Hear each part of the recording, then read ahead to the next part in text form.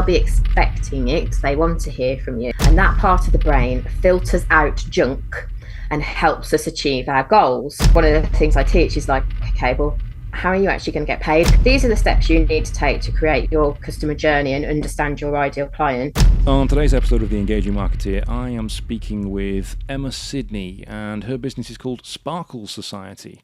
And she is a marketer, she's a lead magnet expert, a landing page and email automation expert. So I'm going to be talking to her about what advice she's got on creating lead magnets, landing pages, and email automation sequences that get your prospects to want to give you their details in exchange for your lead magnet, get them to sign up and convert them into paying customers. Your business, I'm trying to think where I've got it. Oh yeah, there it is. It's called a very unusual name, isn't it? It's Sparkle Society. Well, that's what I have come up with for now. Ultimately, now. I'm a bit of a multi-passionate, a bit of a creative. Sparkle Society really does fit with what I do and what it's about, and being multi-passionate. But you know what? These things are always subject to change as we grow and things, you know. I do also do quite a lot under my own name because that hopefully will stay the same. You never know. You never can tell, can you? No. But yeah, Sparkle Society was something that I hadn't settled on a real name that felt like it resonated with me for a very long time, and came up with it earlier in the year. And it just felt like, because I kept talking about how I want to help businesses to sparkle and stand out and how I was doing all of that, and it just sort of came from there really. But I'm not a humongous fan of labels, but by the same token, know that we like a label, so other people will like to understand what I do and how I help and all of that. They like the labels and they like all of that, but I've never, you know, psychologically and all of that, sometimes labels can become a bit of a sort of thing around our neck. So yeah, that's why. So Sparkle didn't come from like Twilight then? It's not about the sparkly vampires in Twilight then? No, I've never seen Twilight. You're not missing much, to be honest with you. Although I used to, when I was growing up, I used to like Buffy the Vampire Slayer. But Buffy, brilliant. I was quite a fan of Angel. Oh, who doesn't love Angel? David Boreanaz, yeah. Oh yes. Yeah, I've met Spike James Masters at a convention once. Okay. He's really cool because he's been in quite a few other things as well that I like that I can't think of, but I have baby brain, so my memory is no longer. He was in Torchwood as well. That's it. Who. That's what I'm thinking of because I'm quite a big Doctor Who fan, so that's where Oh, you've said the magic words. What, that I'm a big Doctor Who fan? I'm a big Doctor. I've met most of the living Doctors. Oh, have you? Wow. Yes, I have. Yeah, I've got. In fact, some people say I do look a bit like Christopher Eccleston. I don't know. No, you're looking at me blankly. You need to be wearing the leather jacket really to get the full maybe when I was younger, I had more definition in the face, perhaps. But I did a little bit. I was even in a lookalike competition as Christopher Eccleston. Oh wow! Yeah, one of those TV magazines, TV Quick or Chat or whatever it was. Oh yeah. I didn't win. But yes, we could talk about Doctor Who forever, but we'll try not to do that because I did a podcast with somebody else a while ago. We mentioned Doctor Who and we talked for about an hour and a half on Doctor Who.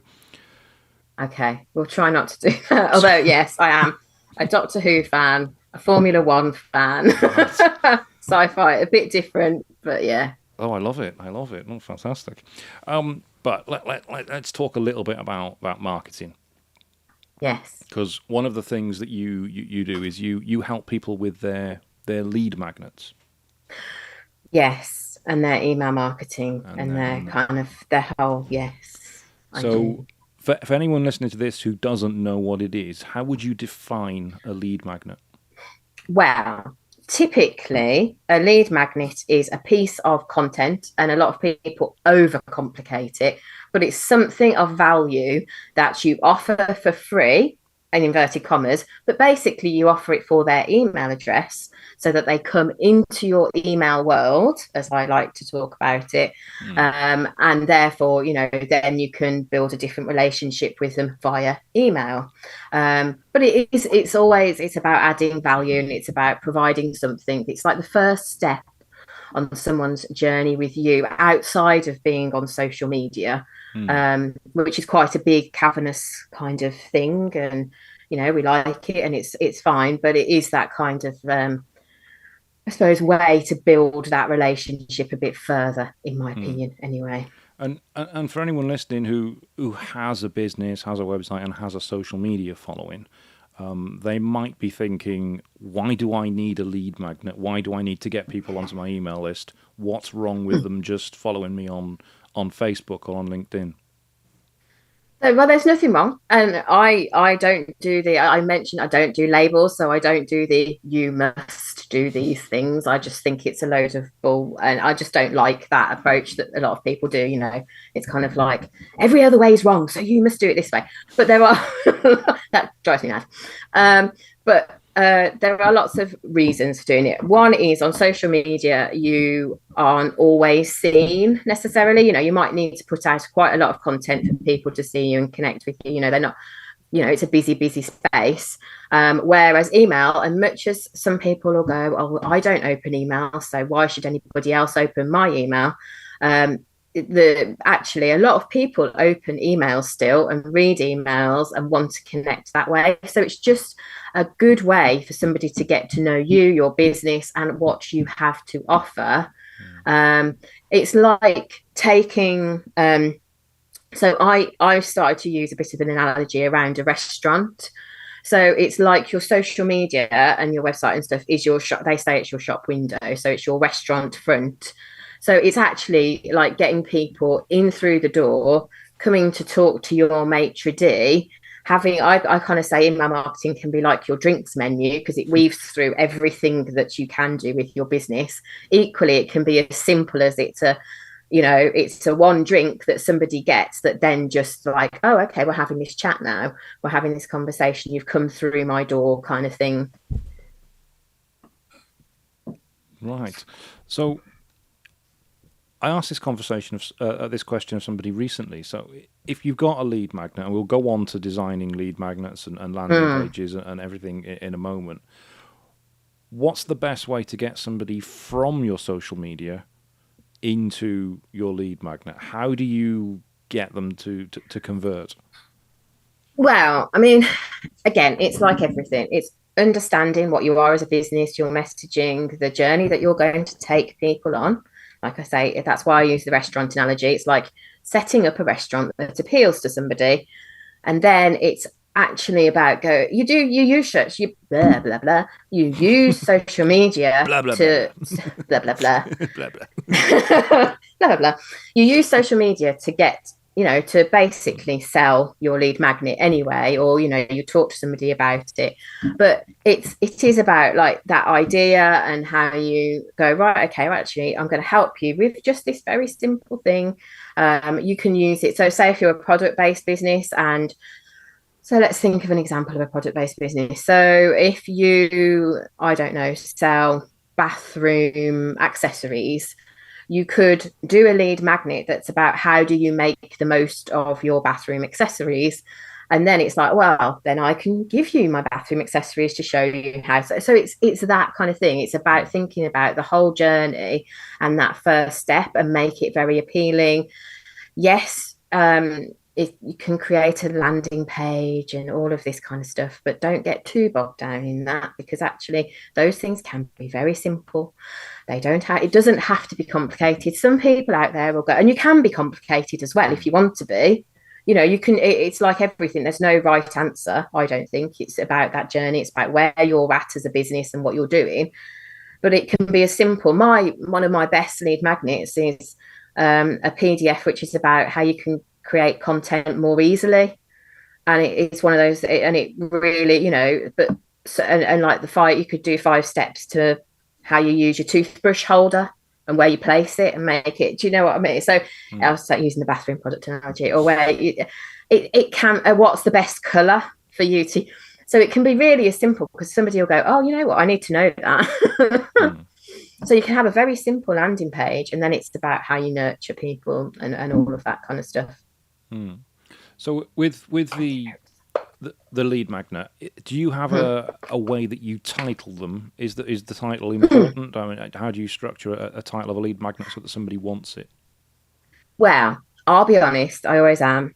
I am absolutely rubbish at coming up with titles of things. I really am. I can show everybody how to do, like, right, this is the content, how you, like, a process for going through. Okay, so how do I break it down? How do I choose an idea that will be a successful lead magnet? A lot of the time I do think it's good to have it's what it says on the tin kind of approach rather than trying to overcomplicate it. The other thing, which could be controversial, but I think is a useful tool, is something like Chat GPT. So you can put the details of your lead magnet in and what it's doing and what it's solving, and say, could you come up with some titles for me? And then it's only when you put it out there and do it that you see whether people want it. You know, it's worth what it's worth once people are doing it. And if it's not, so if you're putting it out there and people aren't getting it and aren't signing up for it, then it's like, okay, so it's not necessarily the wrong thing. You look at your title, you look at your different things and go, okay, how do I change this? Could I rebadge it? Could I do it differently?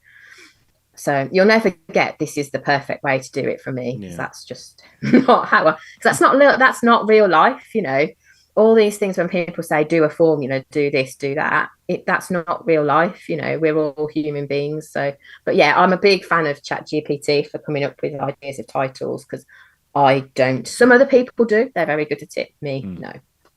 Okay. You mentioned landing pages a moment ago and said that some of them can be very simple, some of them can be overcomplicated.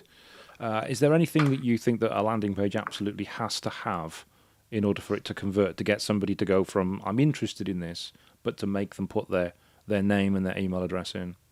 Yeah, so it has to be the best. It's about how you're talking to the person.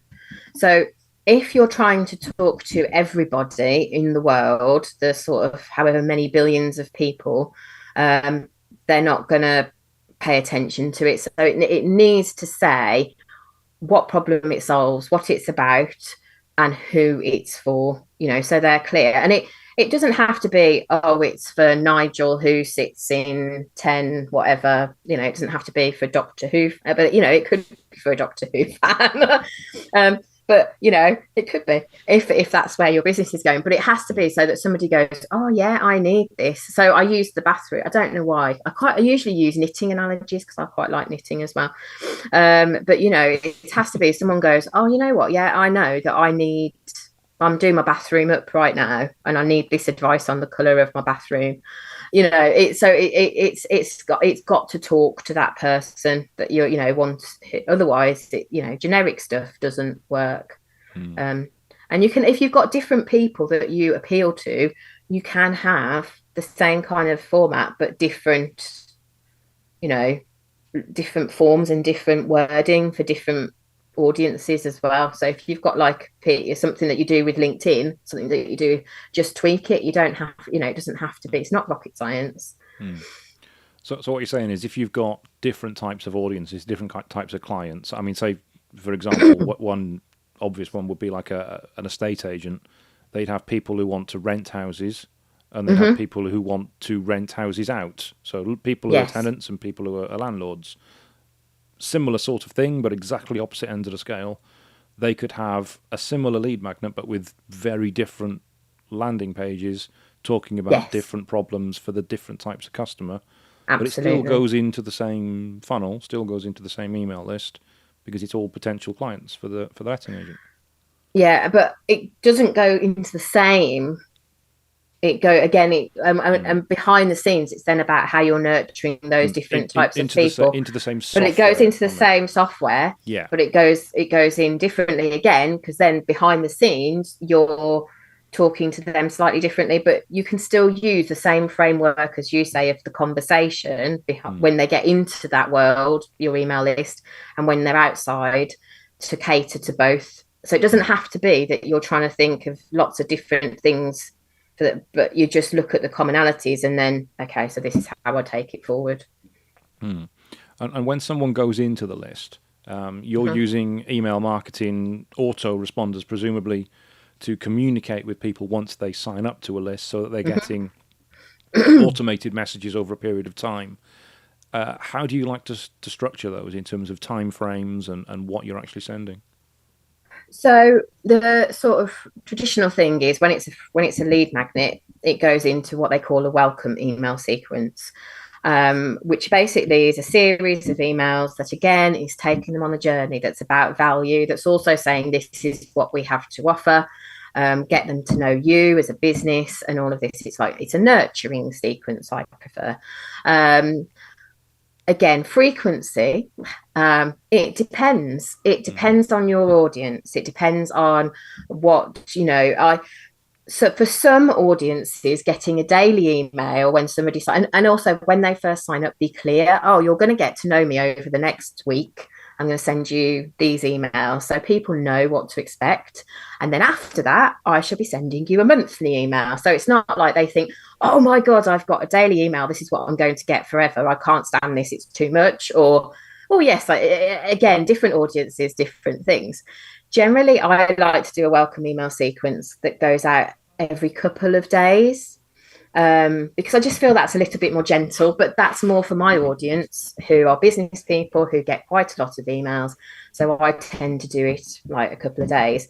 But like I say, your estate agent, they might be like, I really need to know all of this. So actually a daily email sequence might work. So you test it, you see what people do open, don't open, when they're dropping off, and then you come back to it and you tweak it over time. These things aren't something that you just do and leave. You do, test, improve. So it's about constant monitoring of the results and seeing how you can improve it and get better results. Absolutely, yeah. And do you have any particular tips for subject lines for emails? Because obviously emails are notorious for not being opened and often not being delivered or going into spam folders. We all get hundreds and hundreds of spam emails or shop emails a day or a week. How do you cut through that noise so that your email gets opened? So again, depends on your audience.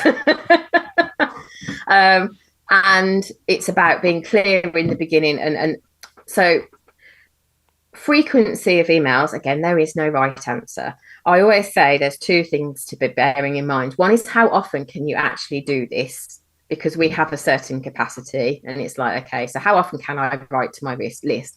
And it's better to be writing one a month or one a quarter than some months it's 3. The next month they don't hear from you for like 3 months and they don't. So it's about them understanding when they're going to get it. So they'll be expecting it. They want to hear from you.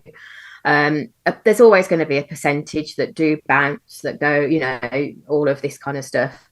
As for captivating email line subjects, it's a very similar answer to the titles of the emails, because again, this is something that I'm not particularly great at doing, but ChatGPT can come up with some really good email subjects.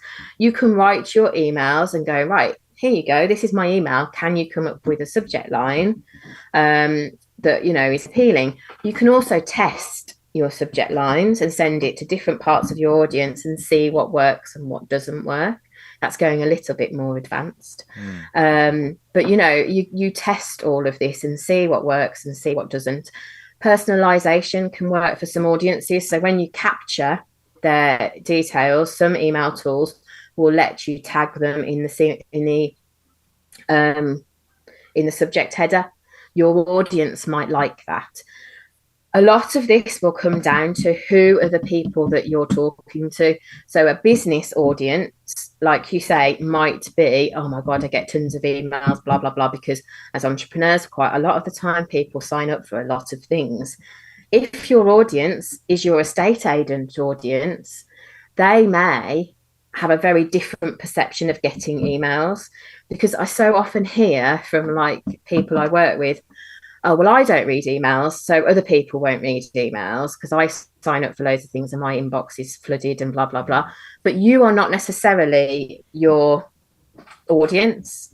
So you've kind of got to get your own beliefs out of the way on all of this, because I'm the same. I have to go through and subscribe for things. I don't read them. I'm following somebody at the moment who keeps sending me daily emails, and periodically I have a little look, and I'm like, but I mainly because I'm thinking this is quite good subject matter to start to talk to, and I almost can't be bothered to unsubscribe. And I got an email today, and I was like, why is that this subject matter? Why I haven't been part of something like, thank you for being part of my summit. And I'm thinking, well, I've not been part of your summit. And basically, she must just be sending out. She must have done a summit or something. I've not subscribed to it, but she's sending it out to her whole list. So in some respects, I'm like, right, okay, it is about your audience, and it's about, all of that. It's not just the subject line. Well, to be fair, I did open the email, but then I was like,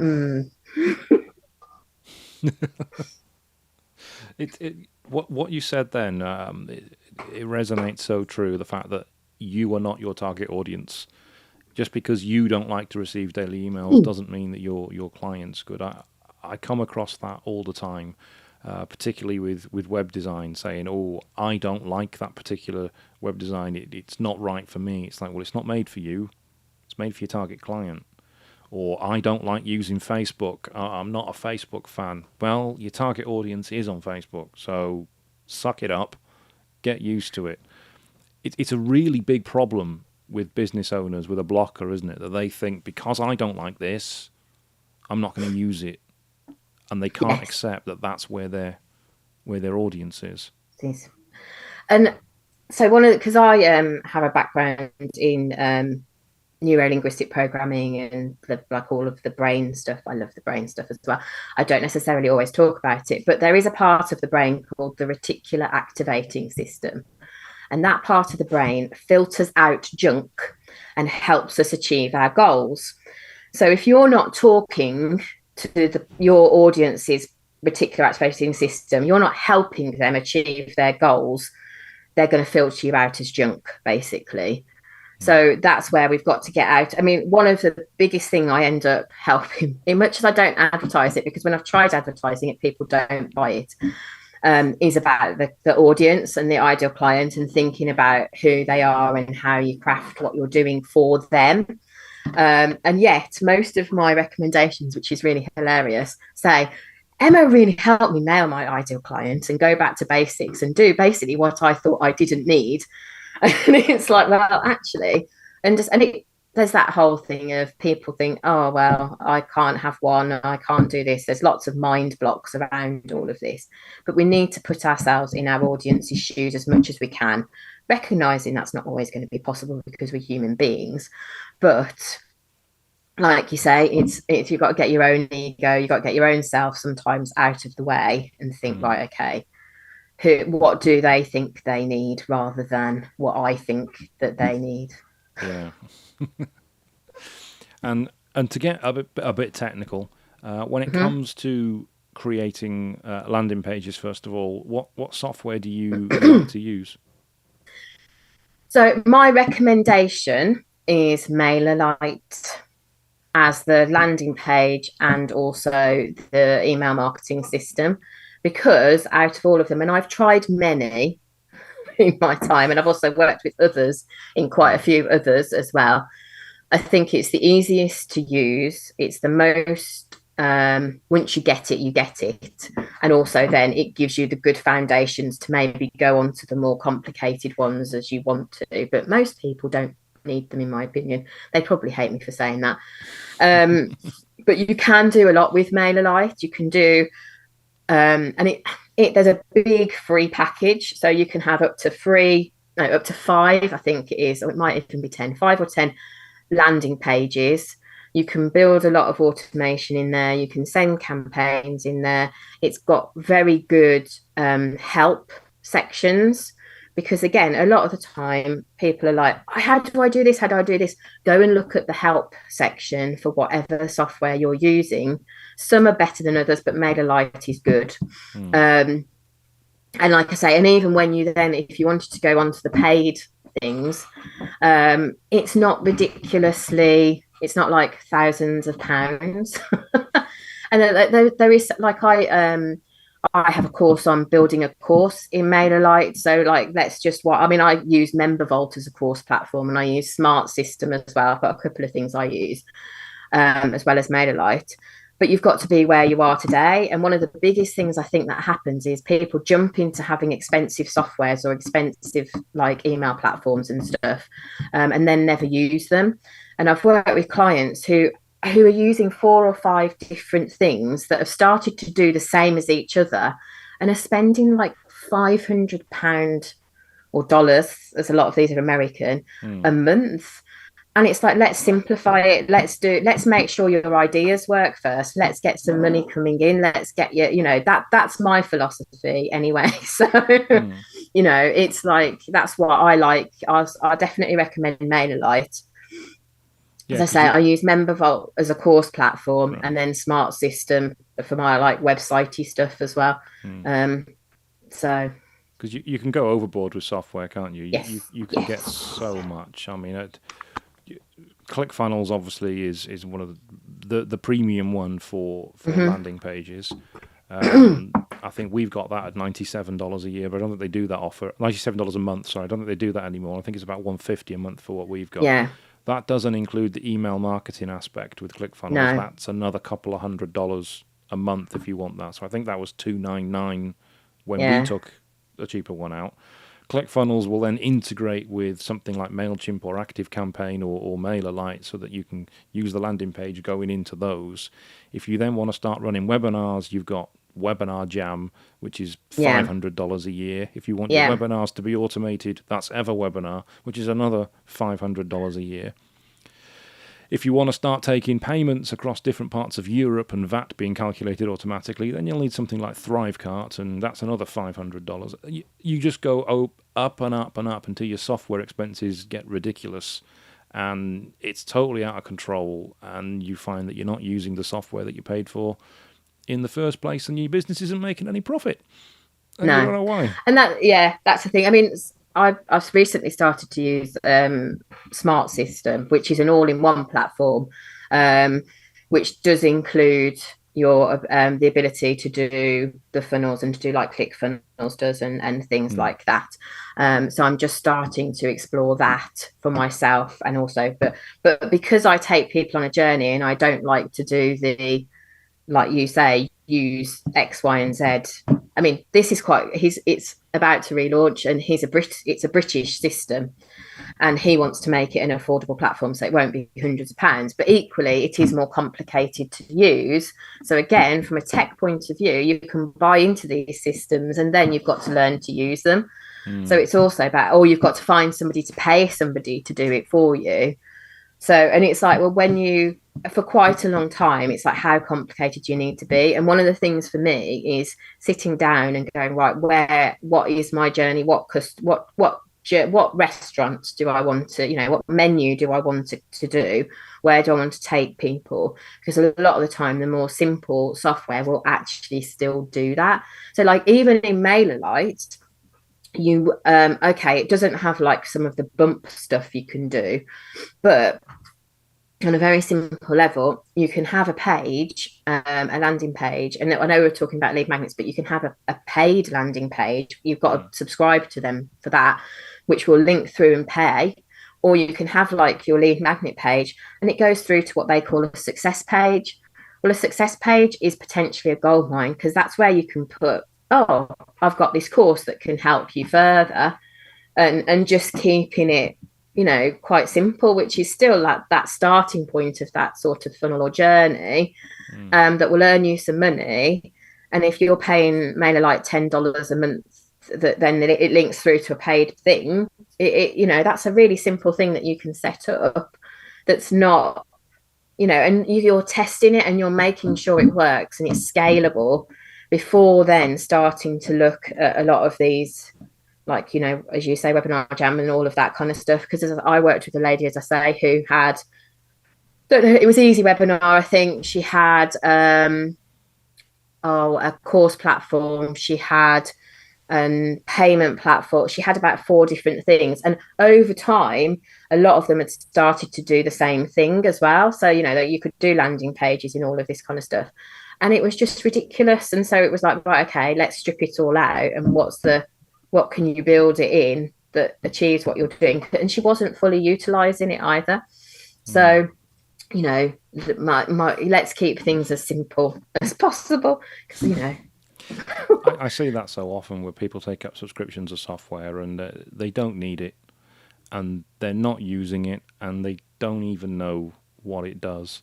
And it's almost as if they've been sold on the dream that this is going to be their marketing solution and is going to get hundreds of leads into their business and it's going to grow their business to this exponential level. But they just end up sitting there, not even logging into it and paying for it. And it's tragic in a way. It is. It's tragic that happens.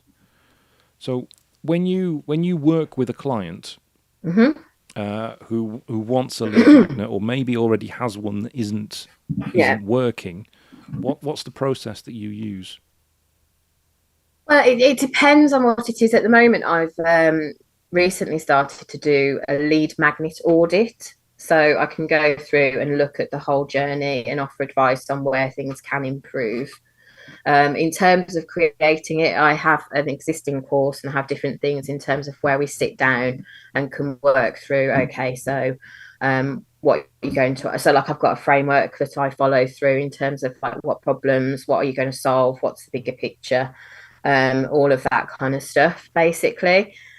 I tend to do quite a lot of things in different ways.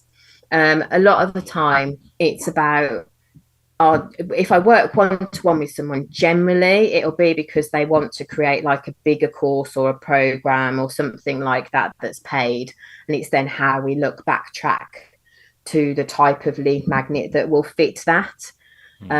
Because again, I'm a big believer in it's much better if it's promotion led almost, in terms of whether it's a lead magnet or a mini course, because you can have a paid lead magnet as well, or a challenge. How do you mean promotion led? Promotion led. So what do you offer?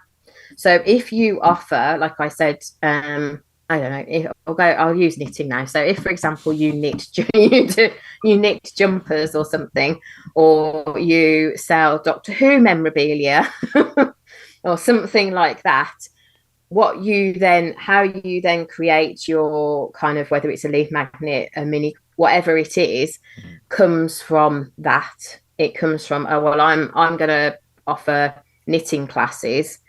So my lead magnet might be, how do you learn to I'm targeting beginners who don't know how to do it. How do you get your wool attached to your knitting needle, kind of thing. So you're very basic, how do you knit your first stitch, that type of stuff. And then that would lead into, well, I've got this course, I can teach you how to knit.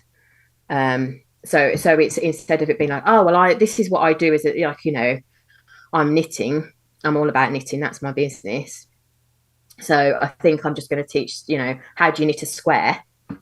So it's really thinking about, well, where do I want to take them, so I actually get paid for it as part of my business, rather than just sort of randomly creating something. And it's still about as well then, what problem do they have? What's going to bring them to me because they are in this place. And it could even be, so for example, my background, I used to, when I was in my 20s, I was really overweight and I suffered from anxiety and panic attacks and stuff. And I got really into personal development and crafting. So I used to go to craft workshops and I became like mad about jewelry and stuff, because it was a space where I could be imperfect and all of that. So it could be, and I've seen this, for some, it's like, well, how can, you've got this, you're suffering with your mental health, you're stressed, you're busy. Well, your first step is to learn how to knit, and I'm going to do a free, just see what, and then it's, you can even do that kind of angle. I know that's a bit extreme, but still, do you see what I'm saying? It's kind of like, it's you'll have your mission, you'll have what your business is about, but it's like, how are you leading people to how you can earn money, as much as it is about, because I'm a big believer in it being about a purpose-led business, about us making a difference, about what we can do. And that's the type of person I work with. but they can get very caught up in that. So one of the things I teach is like, okay, well, how are you actually going to get paid? Because when I started off as a nutritional life coach, I used to create freebies all the time on all sorts of things, but they never led anywhere. And I wondered why I didn't get sales. And this was back when lead magnets were new. So this is like 10 years ago. So it's all of that, really. Does that make sense? It does, obviously. But it's interesting what you said about when you started, you were creating lead magnets for nutrition that didn't lead anywhere. That's probably something that a lot of business owners and maybe even some website marketers out there are thinking, well, that sounds like me. I've created lead magnets. I've put them on the website. People have downloaded them. And then what? Yeah. Nothing really happened. It's like, well, loads of people got this. They, I presume they looked at it. I presume they read it. Or I presume they watched it. I don't know. They didn't become clients. So how do you think that process goes wrong? What's the missing step that you were missing before, but you've got now? Well, I think it's two steps. It was like I was saying, when you're looking at creating a lead magnet, I definitely think it needs to be linked to it needs to be linked to an offering. So whether if you're like a service-based business, it needs to be linked to, so it solves a problem that then leads to your bigger service, whatever that service might be. Let's just think. I do have a lead magnet on this. A lead magnet on creating a lead magnet and what makes a successful lead magnet. And that would lead very meta. I know. That would lead to my lead magnet course. So I would have a course on something. And it's like, okay, so that leads to my lead magnet course. That makes sense. So that's the first step, is to make sure that it does actually take people on that journey. It's not just a random, okay, it's part of what I do, but it doesn't actually take them to something that's paid, because how are you going to get paid for something if it doesn't take you there? The next thing is then, which randomly is why recently I've just created a course on this, because I realized actually it's a gap that people don't do. It's how you're actually nurturing your email list and what you're doing with it. So a lot of the time people then just they'll whack them into a random automated sequence that doesn't necessarily tell them that they can buy something. So that's one thing. And the other thing is then it's like, oh, you're in my world. I'll send you this random newsletter out every now and then. It doesn't necessarily always help you. It doesn't necessarily matter, oh, it's only when I can be bothered, because actually people don't read email, which is just not the right mindset around it. It's like, how can I nurture these people? And it's making all of that linked. So I was, funnily enough, recording one of the modules on campaigns this morning, and again talking about, well, what are you looking at promoting over the next 12 months, where you might have a product that you're going to showcase. How do you link that in what you're doing in your email campaign and the content that you're putting into that? And then when you take it to the next level, you can start to, and please don't turn off at this, because this is when it's like, so when I did this course, I've set it up so there's beginners, there's people who are inconsistent, and there's more advanced, because there's a progression like everything in business. So don't get too bogged down in the sort of things. But it's like you can segment your list based on people who've bought from you and people who've come to your world for free. And then when you're doing your campaigns, you can write to them slightly differently. Your existing customers, you could almost create a campaign experience that's about them being in a VIP club, so they feel really special, so they'll come back for repeat custom. That's one option. And then others, you might just be sending out a different type of campaign, because it's like, right, you've come into my world for this freebie. How can I nurture you differently? I'm going to launch this course next year. I need to move them to that as well. So I need, and how you create that experience and that journey behind the scenes. And that's what I think is quite often missing, is it's just plonked in this email list. A random campaign is sent out, if you're lucky, once a month. And it's not really thought of as part of that journey, as part of that whole experience. Whereas on social media, it's like, oh, I have a social media thing. I'm doing this, I'm doing that. And also it's then linking the two as well. Like I've got this blog. I'll tell my readers about my email list about it. It's stuff like, you know, it's how you do the whole thing. That's my take on it, rather than, you know, as I say, it's just like, I'm just going to create this. It's something to do with my business. People will sign up for it. And then I'll send out random campaigns that's just about whatever. And I've Mm. had some people comment say, oh, why would I want to send emails when I receive emails that are just rubbish? And it's like, well, that's why. Yeah. Yeah, there's no point being part of the crowd. You want to be something a little bit different. You touched on your membership then, with the membership and the courses that you're doing, and I presume that's video content that you're creating as well. So my demystifying, I always do, because I teach creating courses as well as part of this, because part of what you can have a free course, you can have, so it's all the structure Mm. within it. You can have a webinar, whatever it is, and how you choose what that is. But yeah, so I've got a course on, which I've called Demystifying Email Marketing, which actually quite a lot of it is quite written, because there's the Oh. videos which I train and I do that, but quite a lot of it is, right, okay, so you're a beginner, these are the steps that you need to take to go and do this, and this is the training to do it. But you need to go off and create your campaign and write it out. So I use quite a lot of both, because I've got a coaching background. A lot of the way I teach courses is, right, here's what you need, is about action and mindset and stuff like that. So yes, it's teaching them to create their email marketing strategy, and then go on to okay, so this is what I'm going to focus on. I'm going to focus on creating these campaigns. So there's like, right, okay, so you need to go off and create your template and things like that. So I don't necessarily, there's quite a lot of, right, this is the action. Yes, I'm training, and yes, I'm talking, but actually it's like, right, so this is what you need to do. This is the practical. Mm. I'm quite, I don't do, I don't advocate putting things in if it's not necessary. Right. And a lot of people don't necessarily, well, as I say, I do quite a lot of video content as well. But a lot of the time, the feedback I get is, actually, I want to be able to sit there with this written down with like screenshots and go through it. I've got when somebody signs up for Demystifying Email Marketing, they get access to my Build a Budget funnel in MailerLite.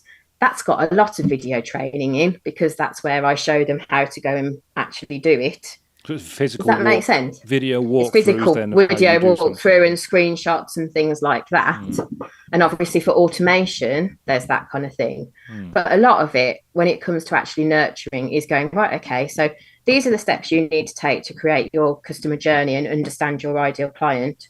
Do it. You don't necessarily need a video training in that. Mm. Do it. Does that make sense? So It it's does. kind of, It does. And in terms of, we're almost running out of time here, incredibly. But in terms of who is able to do this, what's the required skill level for somebody to be able to do what you teach them now? How much do they need to know already? so something, because I've started to get more focused on like lead magnets, email marketing, and then the courses, I've started to do it. So you can be a beginner, you can be someone who's doing this but not quite doing it where you need to be, and then moving to advanced, because I think a lot of the time that's missing, is that whole like journey thing. So Mm. demystifying email marketing, for example, which is very complicated to build, I will say, but then I've been doing courses for 10 years, so I can do it. Has got, you're a beginner, so this is the strategy that you need to look at doing as a beginner. You need to set up your list, you need to do this, you need to do this. Someone who's inconsistent, this is what you need to do. Someone who needs to move to more advanced, this is what you can do. And then I've also got separate modules on, okay, so you're a coach, these are the things that you need to think about as part of your strategy. You're a virtual assistant, you're a bookkeeper. So I've tried to make it, much as I have an ideal client, and Mm. but I'm thinking about, okay, if this is a niche as email marketing and lead magnets, where do I, how can I help these people, if that makes sense? Yeah. So it's It's one course, but there's sections in there that are specific to different industries, yeah. so they can have actual real-time examples of how it's relevant to them. So that, yeah, it gets them thinking. I mean, it's still very generalistic because, again, I've got craft businesses in there, and it's like, well, there's lots of different types of craft, but I've got a suggestion. Okay, well, this is the type of lead magnet you could do, and it's not a lead generation course. That one isn't, because I've got a separate thing I'm running live, which is about list building and building a lead magnet in September. But for now, that course is like, right, okay, so you're a craft business, this is what it is, just to get those light bulbs, rather than it being really generic, just to get that light bulb moment of like, okay, that's how it could apply to me, this is what I need to think about with regards to my strategy, rather than just teaching it as a strategy, which goes kind of slightly against the whole ideal client thing, but Yeah. I still talk to my ideal clients. It's just I'm in a lot of business groups, and they were like, "Well, I'm an accountant, so how is this relevant to me?" And it's like, okay, well, I can add this bit in. So Yeah. that's how it happened. Yeah, because the essence of marketing is the same principle. It's Yeah, just slight tweaks for different industries and different applications. Yeah. yeah. Okay. So as a final thing then, for somebody who's interested in what you've just said and loves the idea of lead magnets and maybe a lead magnet audit or finding out how to do your create a membership course, what's the best way for them to get in touch with you and find out more about what you do? The best way is to find me on Facebook, because that's kind of the easiest thing. Emma Sidney. Find me on Facebook, because I'm on LinkedIn as well. My two favorite places to hang out are LinkedIn and Facebook. And my username, apart, well, my yes, because much as I don't massively use my page, I have got a page, so it's still a way to contact me. My username is consistently Emma Sidney Co UK. So that means that anybody can find me on the different platforms with that username. See? Okay, and I will pop the links to both those, your Facebook and your LinkedIn, on the description underneath the video. Cool. And underneath the podcast as well, so somebody can get in touch with you that way. Emma, thank you very much for being on the podcast. I've loved talking to you about funnels and automations and marketing. It's been a pleasure. Thank you. Thank you.